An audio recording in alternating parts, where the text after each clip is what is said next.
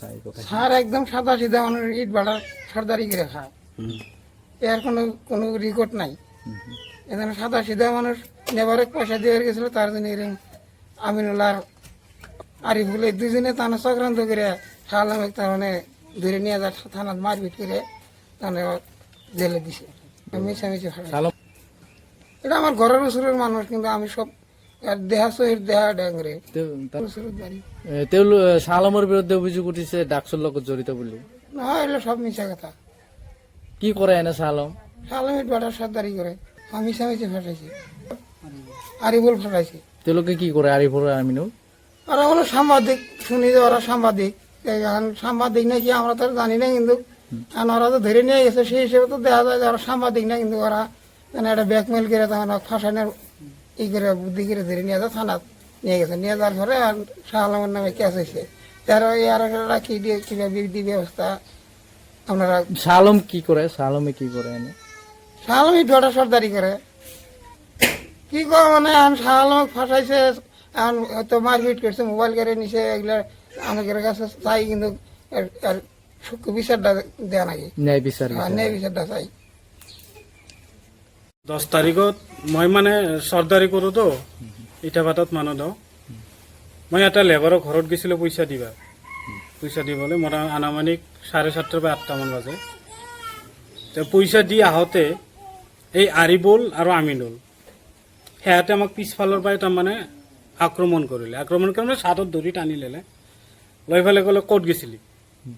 মই ইয়াতে লেবাৰৰ ঘৰত পইচা দিব লাগিছিলে। কয় নাই, তই ড্ৰাগছ বিক্ৰী কৰিব আহিছা, তই ড্ৰাগছৰ বেপাৰী হয়। কৈছে নাই, আমাৰতো ড্ৰাগছ নাই, একো নাই, আপুনি চাওক আমাৰ লগত চাওক, একো নাই। নাই তথাপি নামালে। সিহঁতে ক'লে কি 1 লাখ টকা এটা দিব লাগে। মই কৈছোঁ পইচা কিয় দি?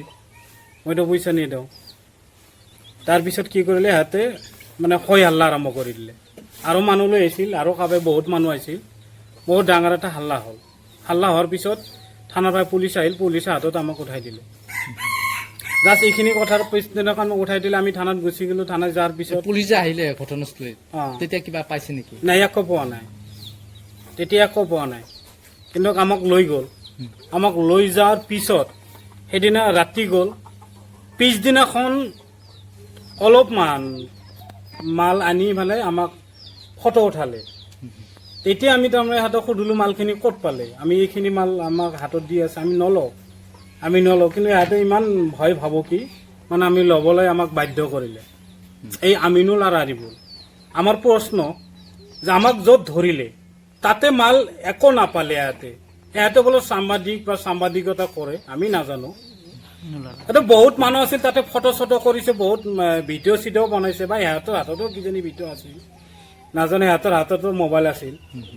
তাতে একো মাল পোৱা নাই, অলপো মাল পোৱা নাই, তাতে দেখাব পৰা নাই। পিছদিনাখন এইখিনি মাল সিহঁতে ক'ত পালে?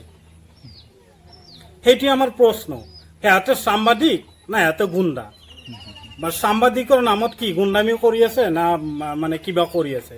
সাংবাদিকৰ চাৰ্টিফিকেটটো লৈ পেলাই মানে নিজৰ গুণ্ডামিটো কায়েম কৰি আছে, ধন দাবী কৰি আছে। খালি এইখিনিয়ে নহয়, সিহঁতে আমাৰ গাঁৱত আৰু আহিছে, বহুতবাৰ আহিছে। আহি পেলাই কিবা এটা মানে সৰু সুৰা কিবা হাই আল্লাহ হৈয়ে থাকে নহয়, সিহঁতে আহি আগতে আহি মানে উপস্থিত হয় তাতে।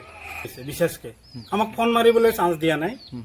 আৰু আমি ভিডিঅ' বনাম বুলি মোবাইলটো বিশেষকৈ ওলাইছিলোঁ আৰু ফোন মাৰিম বুলি, কিন্তু সিহঁতে মোবাইলটো কাঢ়ি লৈছে। সিহঁতে ক'ত পালে এনে ক'ত দিছে?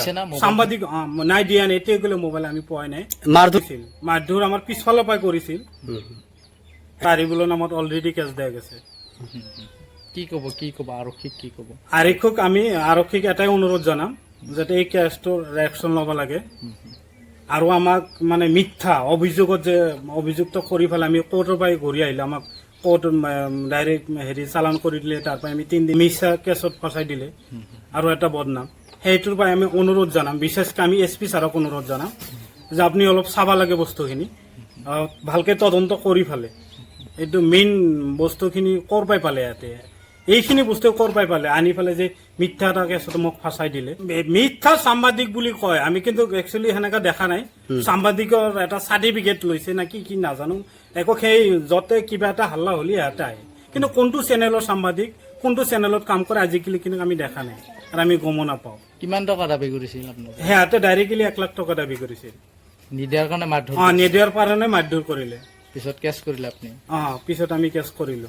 কোনটো থানাত কেছ কৰিছে? আমি আলুপতি থানাত কেছ কৰিছো। কি ক'ব আৰক্ষীক? আলুপতি বিশেষ আৰক্ষী থানাৰ অধীক্ষক অচি ছাৰক আমি অনুৰোধ জনাম যে আমাৰ আসামী দুটাক ধৰিব লাগে, কেছটো ভালদৰে অলপ ৰিয়েকশ্যন ল'ব লাগে। বিশেষকৈ লগে লগে আমি আমাৰ এছ পি ছাৰক আমি অনুৰোধ জনাম। কি নাম আপোনাৰ? মোৰ নাম শ্বাহ আলম।